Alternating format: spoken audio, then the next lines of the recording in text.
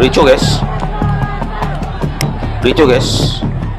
Demo di Kalimantan Timur ricu guys.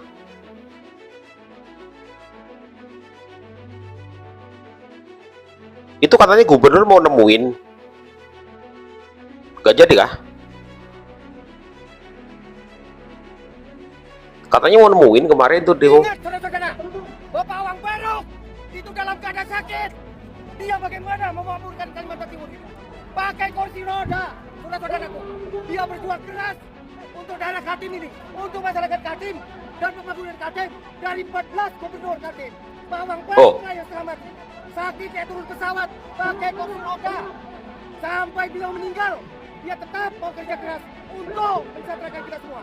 Kalau nanti ini seandainya dipimpin dan diobok-obok secara sewenang-wenang, secara tidak profesional. Karena gubernur sebelumnya Awang Faruk teman-teman ya, Awang Faruk gubernur Kalimantan Timur ya.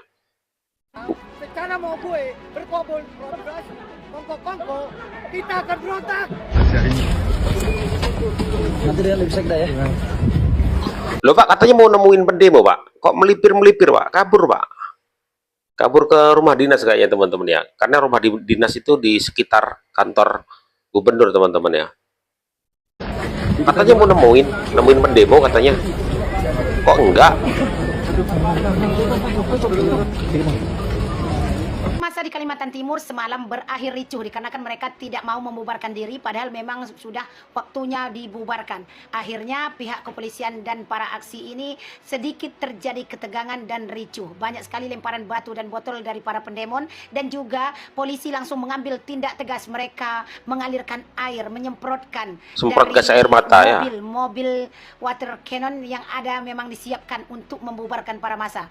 Namun pada saat kericuhan itu terjadi pada jam 8:30 itu gubernur baru mulai keluar. Gubernur itu keluar dari gedung gubernurnya menuju ke arah rumah dinasnya karena itu dalam satu lokasi. Memang tidak keluar dari batas pagar, mereka aman di dalam. Namun pada saat gubernur ini keluar, pertanyaan-pertanyaan dari para wartawan yang berhasil masuk di area lapangan kantor gubernur tidak ditanggapi. Gak dijawab ya. Terdiam 1000 bahasa, tidak mau menjawab pertanyaan mengenai apa demo hari ini, apakah ada. Mungkin takut gubernurnya ya, katanya mau nemuin gak jadi. Gubernurnya takut ya, ngeri dia. Apakah ada klarifikasinya Rudi atau Masud. suatu bentuk jawaban dari gubernur? Dia masih diam saja. Jadi pada saat dia melewati rumah dinas itu kan berdekatan dengan kantor gubernurnya. Nah di sana Melipir. wartawan mengejarnya, namun belum ada klarifikasinya. Semua Melipir. orang sekarang lagi marah gara-gara gubernur Kaltim renovasi rumah sampai 25M. Termasuk gua juga kesel banget sama gubernur Kaltim. Sampai-sampai gua lupa kalau Dadan ketua BGN itu beli motor mewah, motor listrik 50 juta sampai anggarannya itu 1,25 triliun. Di mana itu 50 kali lipat lebih gede dibandingkan renovasi rumahnya gubernur Kaltim. Belum lagi juga masalah truk buat Popdes yang dimana diperkirakan sampai 10 triliun tiba-tiba hilang begitu aja ketutupan sama berita di Kaltim. Padahal isu-isu tadi itu lagi jadi isu nasional dan lagi panas-panasnya dan tiba-tiba hilang begitu aja sampai gua sadar kok kayak ada yang janggal ya.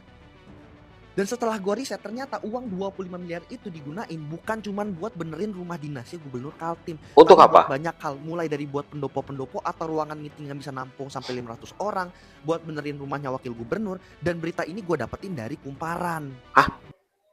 Kok jadi begitu? Gimana tuh? Jujur gue banyak banget lihat kejanggalan dalam berita kasus ini. Dan yang gue takutkan ini adalah permainan dari elit-elit politik yang jadi korban lagi-lagi masyarakat yang udah habis-habisan turun ke jalan. Oh. Ayo bersama Posipit kita lebih waspada, kita lebih kritis terhadap isu-isu yang ada dan jangan mudah terdistraksi. Dan kita dobrak pikiran Indonesia yang sempit. Ini orang kok semakin hari semakin melebarkan sayapnya untuk membentuk dinasti yang kuat. Kemarin kakaknya jadi apa, adiknya jadi apa, terus istrinya juga jadi apa. Banyak banget guys, ada yang DPRD, ada yang jadi wali kota, ada yang jadi bupati. Nah sekarang nih keponakannya nih. Aduh. Keponakannya nggak bener ini keponakannya ini nggak bener itu kalau benar-benar terjadi guys. Masa seluruh keluarganya mau dijadikan pejabat ini orang? Jadi kadin termuda di Kaltim guys. Terus masyarakat Kaltim kalian kemana aja? Pertanyaan saya itu, kalian tuh kemana aja? Kok mau gitu loh disetir oleh satu dinasti tertentu? Mau apa? Kalimantan mau jadi hak milik dia semuanya, dikuasai dari A sampai Z gitu. Please bergerak dong masyarakat Kaltim, protes. protes. Jangan kayak begitu. Jangan sampai semuanya dimonopoli oleh satu keluarga. Hah? Dulu pernah loh terjadi hal ini tuh di, kalau nggak salah di Banten. Pernah begitu. Ratu Dari Atut A sampai itu. Z itu keluarganya dia semuanya. Ratu Atut Kalian tahu ya. lah pasti pokoknya yang orang-orang Banten. Karena saya merasakan, saya pernah tinggal di Banten. Guys, itu sampai sekarang pun begitu. Namun ada nggak efek atau dampak yang terjadi untuk di daerahnya tersebut? Tidak ada yang signifikan. Dampak Dari positif dulu, nggak ada. dari tahun 80-an saya tinggal di sana sampai detik sekarang anakku tinggal di sana, tidak ada perubahan yang sangat menonjol, tidak ada. Nah, sekarang pertanyaannya, apakah di Kaltim sama seperti itu? Katanya banyak jalan lubang-lubang dan sebagainya. Masyarakat pun miskin dan sebagainya. Padahal Kaltim itu adalah daerah Batu bara terbesar juga Kaltim ya. jadi ngapain aja tuh para pejabat itu? Ngapain pertanyaannya? Memperkaya diri sendiri dan keluarganya gitu? Mengeruk semua apa yang ada di Kaltim. Yuk bergerak, yuk. Supaya apa? Untuk mencerdaskan masyarakat Kaltim itu sendiri. Ya, kalian cerdas. Pasti kalian bisa. Dengan cara apapun, yang penting legal. Yang penting menurut mengikuti koridor. Ya, jangan anarkis.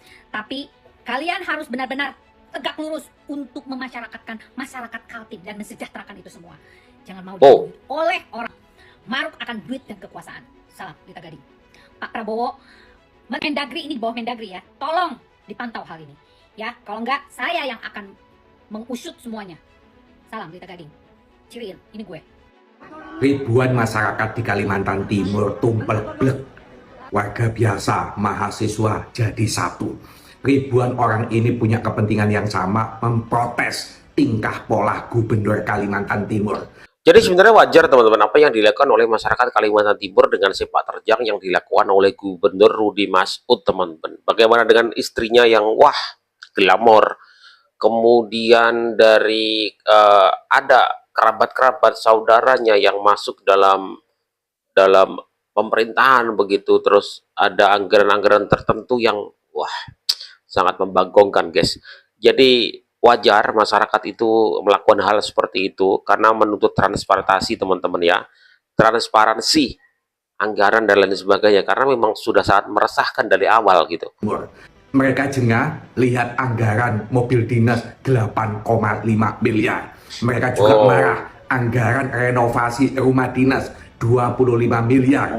Belum lagi omongan-omongan pejabatnya yang menurut saya tidak simpatik sebagai seorang pemimpin. Teman-teman, kasus bergolaknya Kalimantan Timur ini adalah ungkapan hati dari masyarakat di mana ketika pemilu mereka dikecewakan oleh pemimpinnya.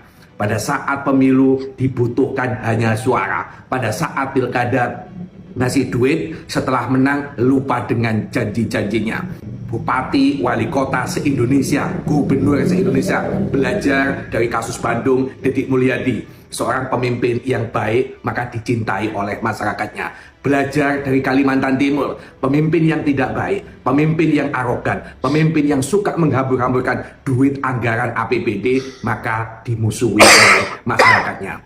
Buat kalian-kalian yang menjadi pemimpin di daerah, belajar dari Kalimantan Timur. Jangan arogan, jangan suka menghambur-hamburkan duit masyarakat. Kalau tidak, kalian juga akan menghadapi gelombang ribuan masyarakat.